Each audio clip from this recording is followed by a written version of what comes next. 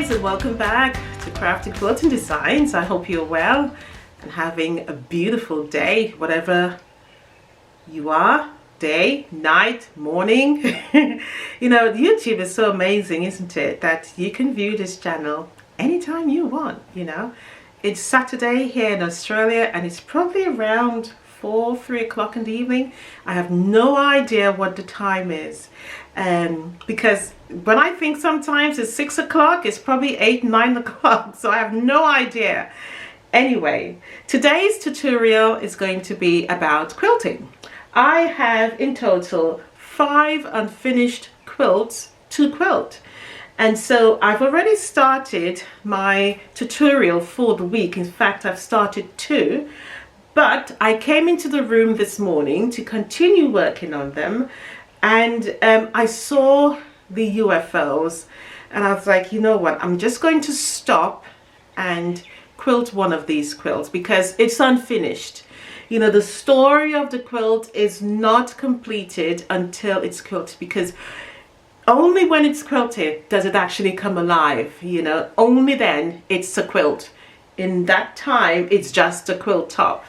So this one is a Scrappy Diamonds quilt, and I would link it for you in the info card somewhere on the screen, because you have no control as where the info card goes, and also at the end of this video, so you'll be able to click on it. It's a really beautiful one, and it didn't really take that long to piece. I did not use a triangle for this one. I used my ruler, my normal long ruler, and I always try to train my brain to use the rulers. Okay, when I made this quilt top, I did not have my tools. I do have one of those equilateral or whatever it is triangles, but rulers, but I didn't have it at the time. But I also wanted to make this diamonds quilt from, and I wanted to show you that you don't necessarily need the rulers, all the special rulers out there. You don't necessarily need them. Yes, they do help. They make life a little bit more easier, but they're very costly. And I like quilts. My videos are all about finding another alternative rather than always reaching out and buying all the tools, because quilting is a very expensive hobby. You know, and a lot of them, I think, sometimes are just really overpriced, literally overpriced, you know. So I try to figure it out so that I don't have to buy the rulers. Yeah, if it's definite and you need it, perfect, you know. But if you have the basic ruler, all the markings is there, i.e. the 60-degree lines, the 30-degree lines, the 45-degree lines. It's just getting familiar with them and knowing how to use it. And that's sort of the piecing secret, because back in the day, there weren't all these rulers. They did it anyway, didn't they? So why do we have to go and buy these rulers? So I just try to think outside the box and use this. It was given to me for a reason. All right, but we're going to quilt today. So I'm going to take you through how I actually set up for quilting. I've already basted the quilt, and you've seen me done that a lot of times. I usually iron as well. So once I baste one side and I glue baste, I don't pin baste. I only pin baste if I don't have to glue, but I mainly glue baste. And once I glue baste one side, I will iron that side, flip it over, and then glue baste the back side, because I always start with the front and then iron it. So I always iron it once I am done. No one taught me that. That's just something I do. And what I do find is that it makes the quilt lay really nice and flat, and it's a lot more smoother. So I always iron the quilt before I actually start quilting. All right, so, and that enables it to get rid of any sort of air pockets underneath it. I think next time I do one of my UFO quilts, I will definitely show the process of how I actually baste it so you can see. Okay, so I'm using the Quilter's Choice today. Beautiful, love it. Love the throat space on this, so that's what I'm using. I'm using grey thread, cotton, and I'm using a light sky blue thread at the back. So let's get started. It's not going to be a fussy one. I'm literally going to do sort of meanders around the block itself, but for the diamond I'm just going to probably do some honey buns or some feathers. Okay, when I designed it, I actually designed in the fact that I was actually going to do feathers in that space. So that's what I'm going to do. So yeah, so that's it for today, guys. So if you're new here, welcome. Today is going to be a quilting video. There was someone who actually requested me to do one of this. So when I remember her name, I will put it up there on the screen. Now guys, if you really want to learn to do quilting, just go for it. No one literally taught me.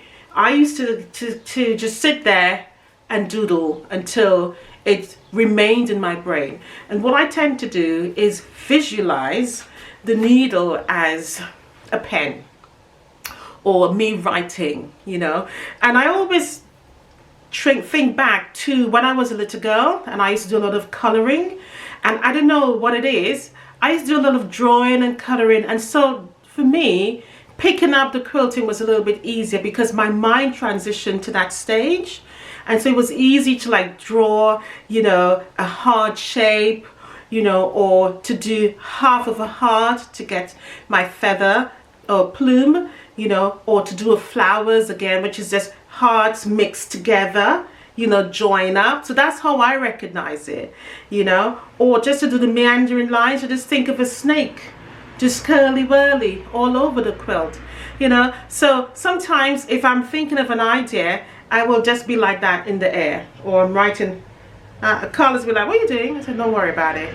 In my head, I'm just getting it right, so I know what I'm going to quilt. So that's what I do, but just go for it. And one of my first quilt, I actually unpicked, because when I basted it, I didn't do it properly, and so it shifted.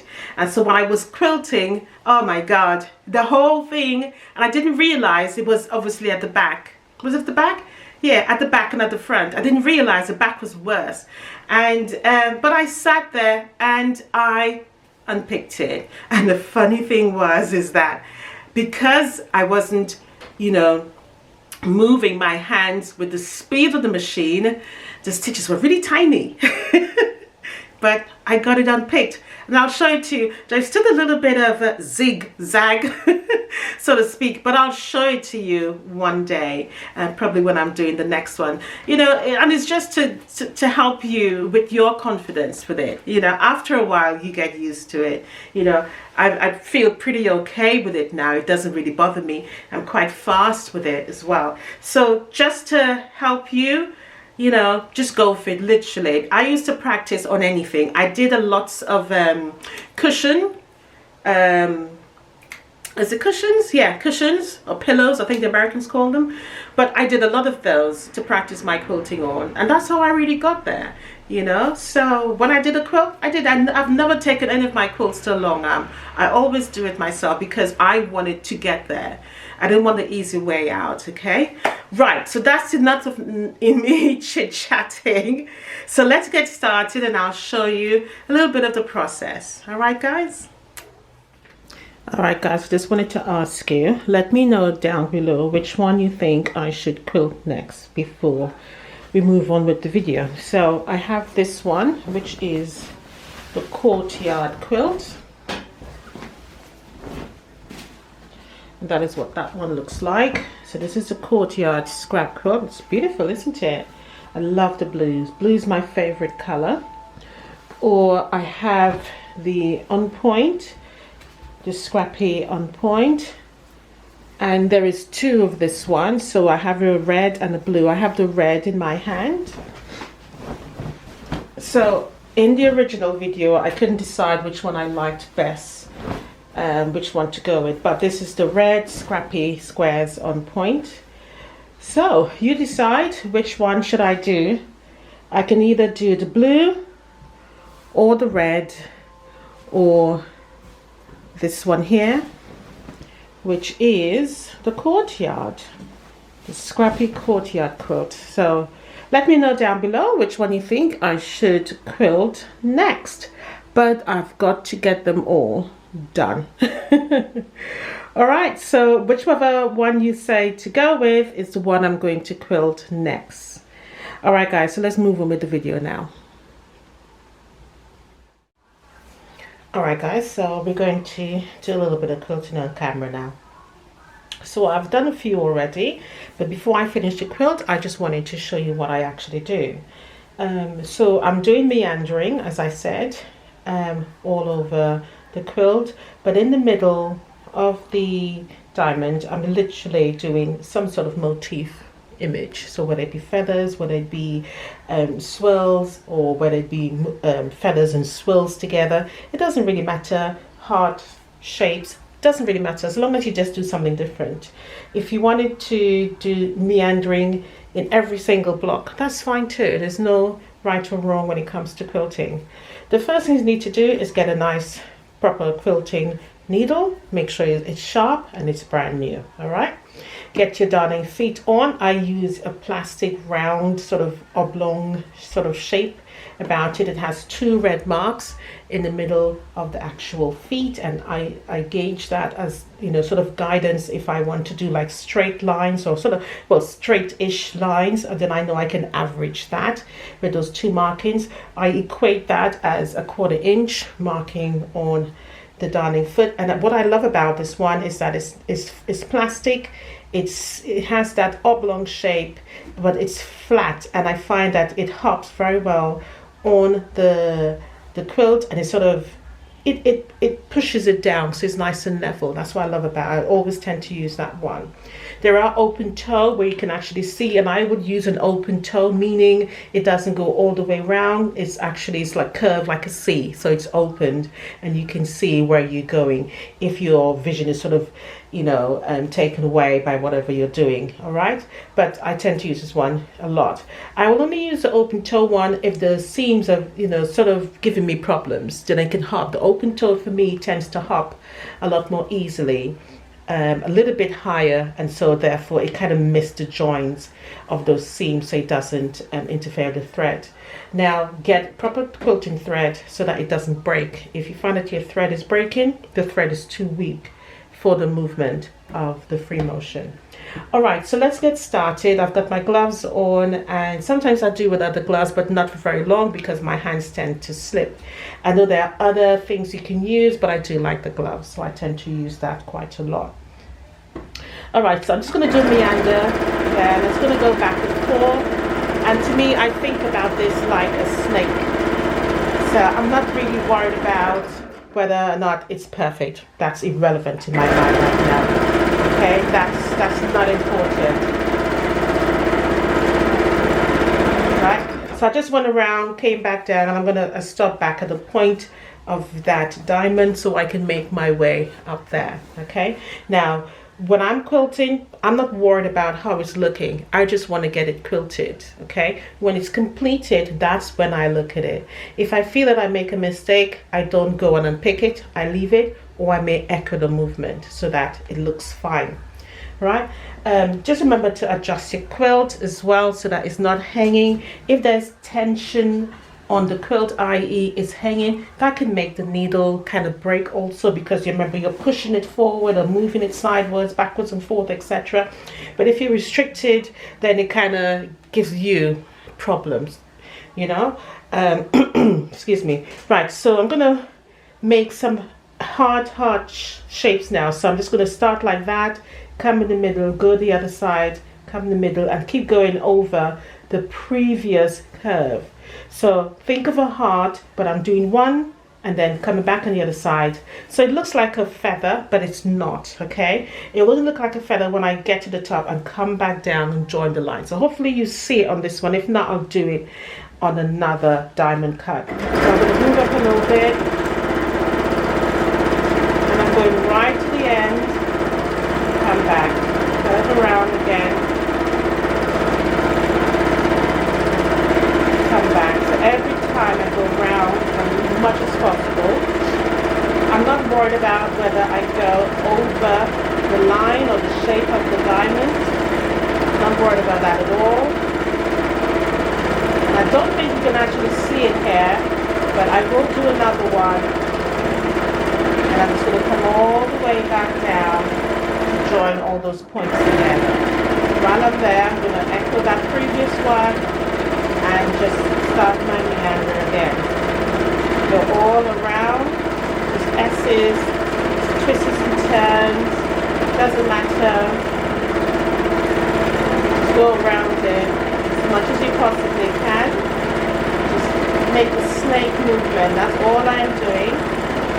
Now usually when you're quilting, you get most control with your hands right here. I am spreading a little bit so that you can actually see what I'm actually doing, hence the reason why my hands are a little bit far apart, so that I feel like if I go there I may block you, so I just want you to see. So but I still have control.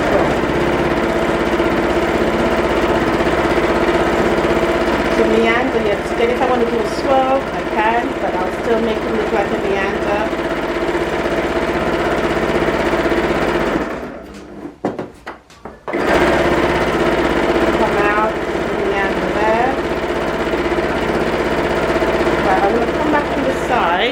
Because I want to be able to show you what I was showing you just now. So again, hopefully you'll be able to pick it up on this one. I don't think you did much on the other one. But what I'm going to do with this one is a little bit of a swirl. So because I'm starting at the bottom there, and what I'm aiming at is to get the swirl in the widest point of the triangle. You know, well, the two triangles that come together to make the diamond. So I'm going to curl here, and I'm going to come out and curl again. Then I'm going to curl there, same area, but I'm going to come out again, make a bigger one this time in the widest part. Always echo your movement.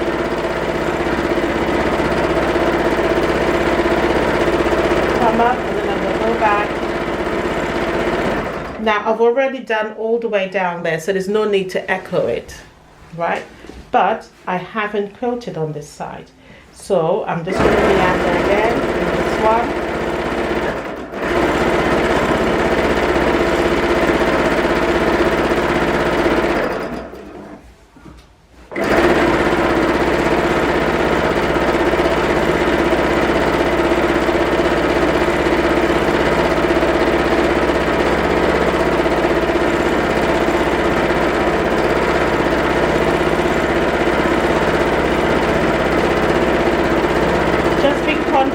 About moving out into another area. So I'm just going to meander all the way around. Go back up. I'm going to join back with that curve again. Meander around.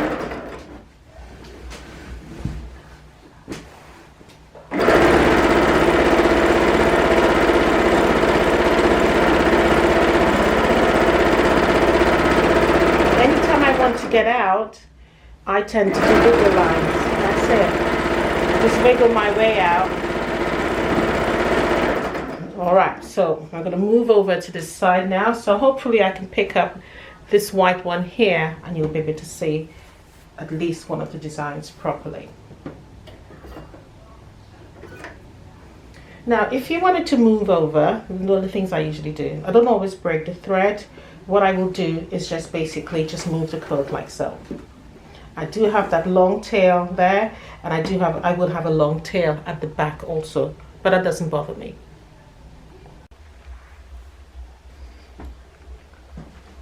Okay, so I've moved across. I have my long tail, and I will have the long tail again underneath. So I'm going to start my movement on here now. So I'm going to do the diamond first, so that hopefully you can make it out in the camera.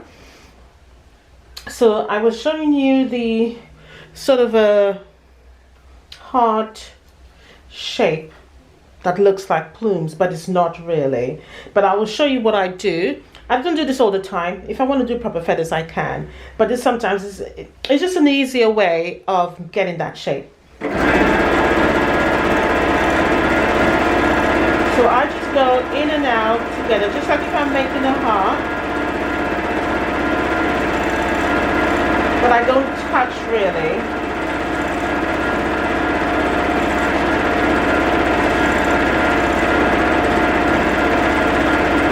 I'm not aiming to get it perfect because the feather isn't perfect, yeah?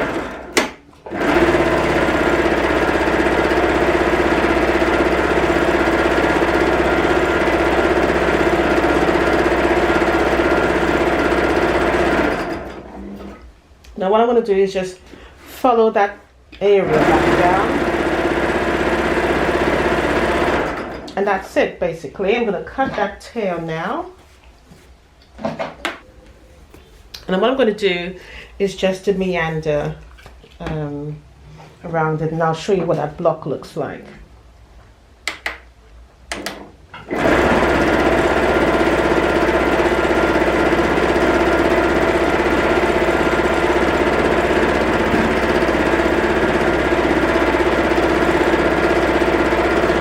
Remember, just move backwards and forwards, in and out. It doesn't matter. Just think of a whirly, swirly line, just moving up and down. That is all what it's about.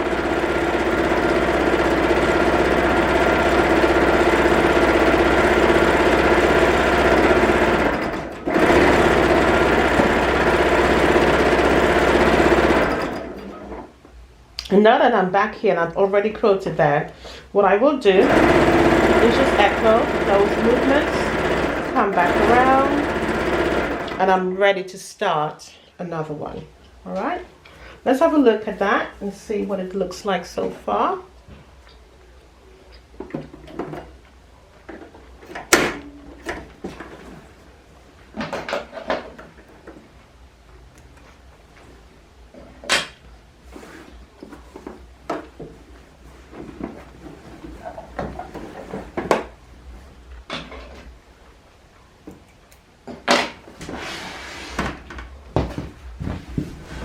All right, so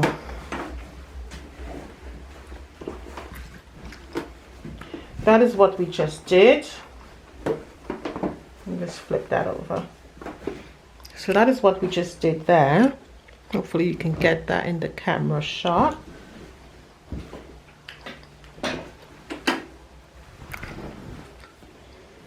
All right, so it's not actual feathers, but it is just that, you know, half heart shape really, okay, that I just go like so. That's it. And as I got closer to the top, and I just come back down just to create that line. What I will do is a proper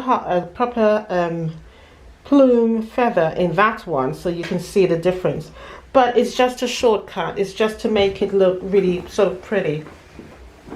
What I will be doing for the borders is just up and down lines. I'm going to do swirls there also. So this one here was swirls. So hopefully you can make that one out. That was the first one we did there. Right, so I'm going to finish this off. Once I'm finished doing all of the blocks, I'm going to keep to that same pattern. Then I will show you how I do the purple border and the white border, and then finish up with this one.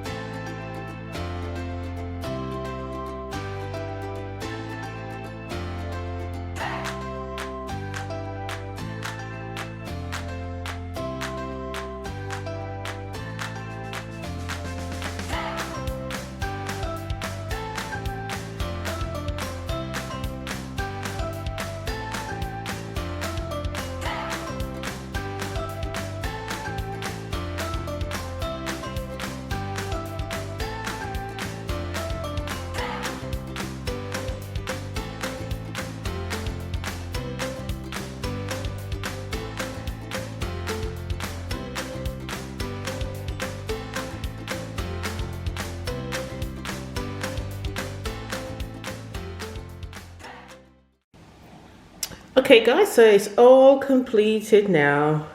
This quilt measures 60 by 40. Just a lovely little quilt actually. I must say, I'm always so pleased when the quilt is completed finally. The quilting always makes the quilt, and it just looks really beautiful. I'm really pleased with it. Absolutely gorgeous. The quilting came out really lovely. Even though it was simplistic, it worked. So as a reminder, I just did all the feathers, and these are not actual feathers. I just simply did heart shapes in between, but it looks really nice. I'm pleased with the outcome, and honestly I am just pleased that the quilt is quilted. Do love the border though, just do love that paper piecing border really nicely. Just looks really beautiful. Standing back, just really lovely. Absolutely a beautiful little quilt. And I finished it with a binding of purple dots. On the back, you're going to love it. Absolutely gorgeous. I did a fake piecing and it's so beautiful. Let's try if I can flip this in one go. Look at that, that was brilliant. Love the back, it's so beautiful. Actually, it's the first time I'm looking at it. I didn't turn it around. So gorgeous. You know what I'm really pleased about? Look how that managed to work out really nicely to really cut it on there at an angle. Literally, if you look at it, that wasn't planned. That was just really measured accurately. Really beautiful, isn't it? Oh my God. This fake piece backing is just beautiful. And I had it for so long. Oh. But you cannot always see the printing of the quilting. I use a very light blue, which I really didn't want to show the color because I just really wanted to show the piecing of the fabric. It's really lovely. You can see a little bit of the quilting here on the lighter ones. But isn't this a beautiful idea to make a quilt? You know, absolutely, you can use 5-inch squares. Just so gorgeous. What a beautiful little quilt. Just so lovely, guys. Again, if you want to see the making of the quilt, just look to the end of the video or the info card and you will see how it was actually made. Just so beautiful. Finally, the story of this quilt is finished. So guys, if you enjoyed this video, don't forget to like and subscribe, hit that notification bell, leave me a comment what you think about the finished quilt finally, the backing, the pieced border, everything has just worked out so lovely. The quilting, let me know what your thoughts are. So I'll see you next week. Happy quilting. Bye for now, guys.